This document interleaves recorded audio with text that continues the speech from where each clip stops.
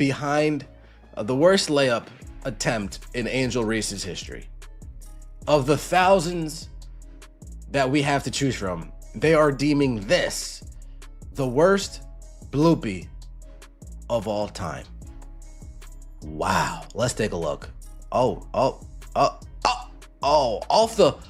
the backboard, pass to herself. Angel Reese is one step ahead, and then she makes a layup. Thank goodness. That possession went from missed layup to accidental self-pass to recovery bucket in seconds. But the strangest part of Angel Reese's Barbie night was not the blooper itself. It was how one awkward play, one physical exchange, and one post-game comment became a full-scale argument about her game, her image, and whether people are criticizing what she actually said or the most extreme interpretation of it. We're gonna start over here. We're gonna start over here. Angel Reese hits a layup and starts talking trash. She's down 20! Down 20 points. Let's see. Angel Reese, off the dribble, post up. Damn, elbow to the face. Yep, talk that trash. Talk that shit. And if you look at the scoreboard, it's 66-45. The scoreboard is what makes that celebration such easy material for critics. Atlanta was trailing 66-45. Refinished through contact and immediately brought the emotion. When a player talks after scoring while down more than 20, every gesture gets judged differently. If the game is close, it looks like competitive fire. When the deficit is enormous, the exact same reaction gets presented as a lack of awareness. That is the first tension running through this entire story. Replays with visible emotion, and visible emotion is valuable when the team is winning. It energizes the crowd, builds a recognizable identity, and creates moments people remember. But when the team is getting handled, that personality becomes ammunition. Viewers stop seeing confidence and start seeing performance. They ask why the celebration is louder than the scoreboard. Still, the clip cannot be analyzed honestly without acknowledging the basketball part. Reese did create position. She attacked the defender and she finished. The question is whether the arm movement was normal contact from a post player protecting space, or something officials should have reviewed more seriously. That becomes important because the replay looks much harsher than the live sequence, and the reaction after the basket made people study every frame. But keep watching because the biggest disagreement in this story is not about the elbow or even the missed layup. It is about what Reese later said, about Doll's representation in her childhood, and whether the backlash is correcting a historical claim or deliberately flattening a personal experience into something she never actually meant. Next. 66-45. Oh, you hate to see it. Here we go, one more time. Post up, in the lane, elbow to the face. Whew. Look at that. Solid. Talk that shit, Angel. Let Stephanie Talbot know that she can't take that elbow in the face. Let her know. She can't take that elbow in the face. Let her know. Yep. And of course, offensive foul plus technical. Oh wait, that's only for C. That replay is where the conversation changes from embarrassing basketball to possible offensive contact. Reese turns through the lane. Stephanie Talbot's face takes the impact and continues the play. The podcast argues that an offensive foul or technical should have followed. No such penalty appears in the sequence being discussed, so critics immediately connected it to the broader complaint that WNBA officiating is inconsistent with physical play. There are two fair readings. The critical reading is that initiated high contact, gained an advantage, then talked afterward while Talbot absorbed the hit. From that perspective, the no call rewards reckless movement. The more charitable reading is that this was a crowded post action where arms, shoulders, and faces collided quickly with no obvious windup showing an intention to strike anyone. Slow motion can make routine contact look calculated because it removes the speed and chaos that officials see in real time. Intent and outcome are not the same thing. Reese may not have intended to hit Talbot, but Talbot was still hit. Officials are supposed to judge the action, not read a player's mind. At the same time, calling every frame that looks ugly in slow motion a dirty play would make post-basketball almost impossible. The real issue is consistency. Would the same contact be ignored if the players were reversed? Would it be reviewed in a closer game? Would social media care as much without Reese's celebration immediately afterward? That final question matters. The contact alone might have circulated for one news cycle. The trash talk alone might have become a meme. Together, they created the perfect outrage package. A star already polarizing fans, a defender taking contact to the face, a huge deficit on the scoreboard, and an emotional reaction that looked disconnected from the game situation. People were not reacting to one action. They were reacting to the entire image. Look at her. Folks, this might be the most embarrassing part of it all.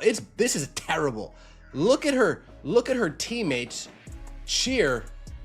Look at her teammates cheer her terrible. Oh, look how excited they are. Look at this. Pumped, thrilled, enthralled. Folks, look at this. Look at this. Somebody come look at this. Shout out to Kevin. Somebody come look at. Oh God, this is bad news. Look at this. Oh God. Oh my God. This is crazy. Then came the Barbie night record. 3 games, 3 losses. The podcast lists defeats connected to Reese-themed nights, including 2 against the Indiana Fever and the latest blowout against Las Vegas. It is a brutal coincidence for a promotion built around celebrating one of the league's most marketable players. The symbolism makes it feel bigger than it is. Barbie night is not a basketball strategy. It does not set the defensive coverage, determine shooting percentages, or control the opponent's roster.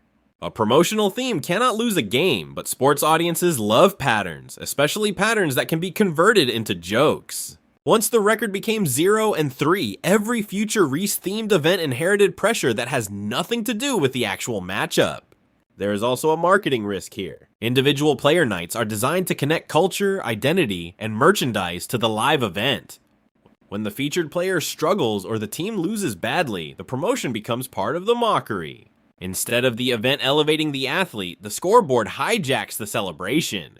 That is exactly what happened here. Las Vegas did not merely beat Atlanta. The result allowed critics to frame A.A. Wilson as the serious basketball superstar interrupting Reese's branding moment. One player represented production and dominance. The other became the face of a viral miss and a post-game controversy. That framing is exaggerated, but it is powerful because it gives the audience a simple contrast. Reese's supporters would argue that this is precisely why she remains important. Even on a bad night, she drives discussion, fills timelines, and creates emotional investment. Critics would answer that attention is not the same as elite performance. Both points can be true. A player can be culturally significant and still have visible weaknesses. The mistake is pretending one automatically proves or disproves the other. The real pressure for Ree is not to become less expressive. It is to make the basketball undeniable enough that the expression cannot be separated from winning. When the production rises, the same gestures will be called swagger. Until then, every celebration during a losing effort will be clipped against the scoreboard. Next. Yeah, Angel, this is bad news bears. Wow. Angel Reese on her Barbie nights in her WNBA career is 0-3. Wow. Angel Reese Barbie night in the WNBA 0-3. 2024, 100-81 loss to the Fever. 97-98 loss to the Fever. 2026, 109-87 loss versus the. Wow, you thought you were, you know what? We're tired of getting our ass whooped by the Fever. That relay race comparison brings Caitlin Clark into a story where she was not even playing. It reflects how difficult it has become to discuss Ree without turning the conversation into Clark versus Ree, even when the opponent is A.A. Wilson and the event belongs to Atlanta. The rivalry is commercially useful because audiences instantly understand it. Clark and Ree entered professional basketball with existing history, different playing styles, enormous fan bases, and contrasting public images. Every achievement becomes evidence for one side. Every mistake becomes a weapon for the other. But that framework can distort the actual game. Las Vegas beating Atlanta is not Caitlin Clark handing A.A. Wilson a baton. Wilson has her own resume, her own rivalry with every contender, and her own reason to dominate. Reducing her performance to an extension of Clark versus Ree discourse treats one of the league's most accomplished players like a supporting character in somebody else's debate. It also prevents Ree from being assessed on her own developmental path. Instead of asking whether her touch, decision-making, and defensive positioning improved, the conversation becomes whether she embarrassed herself relative to Clark. Those are different questions. Clark is a perimeter creator whose value is built around shooting gravity, passing, and defensive control. Ree is an interior player whose value begins with rebounding, activity, and physicality. Comparing impact is reasonable. Expecting identical skill sets is not. Still, Ree helped create this competitive branding by embracing the spotlight and responding publicly to criticism. That does not justify every attack, but it explains why the rivalry keeps resurfacing. The league benefits from recognizable personalities. Media outlets benefit from conflict. Fans receive a simple team to join, and the players are left operating inside a narrative that can overpower whatever happened on the court that night. The Las Vegas loss should have produced a discussion about why Atlanta could not contain the Aces, how Wilson affected the game, and whether Reese's offensive limitations were exposed. Instead, much of the attention went to one layup and one childhood memory. That tells you what the modern sports economy rewards. Not necessarily the most important moment, the most shareable one. We're tired of getting our ass whooped by Caitlin Clark. She just comes in Barbie night, beats shit down her leg. We're tired of it. So what we're going to do, we're going to move to the State Farm Arena. We're going to give you a big arena, but we're going to give you Asia Wilson and the Las Vegas Aces. And then Asia Wilson says, oh, damn. Oh, you're getting me Barbie night now? This is like them running a race and running the Beat Angel Reese on Barbie night race. And Caitlin Clark is carrying the baton. And then what she did, she just handed that baton off to Asia Wilson. Asia Wilson said, thank you. Bop, bop, bop. Ree explains that she did not really play with dolls growing up because the dolls she saw did not look like her. She talks about hair, nails, appearance, and finally seeing a version connected more closely to her identity. That is not exactly the same as declaring that no black dolls existed anywhere in America. The podcast and several quoted posts interpret her comments in the broadest possible way, as though she claimed the toy industry had produced 0 black dolls before her childhood. But personal language is often imprecise. There were no dolls that looked like me can mean none in her home, none in the stores she visited, none that reflected her specific features, or none that felt culturally familiar enough to create a connection. Representation is not a binary switch where the existence of one product ends the discussion. A doll can share a child's skin tone and still not resemble her hair texture, facial features, body type, clothing, interests, or community. Availability also varies by store, neighborhood, income, advertising, and what parents choose to purchase. A product existing nationally does not prove that every child experienced it as accessible or meaningful. That said, public figures are responsible for clarity. When a statement sounds historical, people will fact-check it historically. If Reese meant that the dolls available to her did not feel representative, that is defensible and emotionally understandable. If she literally meant black dolls did not exist when she was young, the timeline contradicts that. The problem is that internet debate rarely pauses to separate those possibilities. One side hears a relatable statement about personal representation and treats any correction as hostility. The other hears an inaccurate claim about history and treats the most literal interpretation as proof of dishonesty. Both sides skip the middle because the middle is less useful for conflict. This is where the title's deeper question begins to take shape.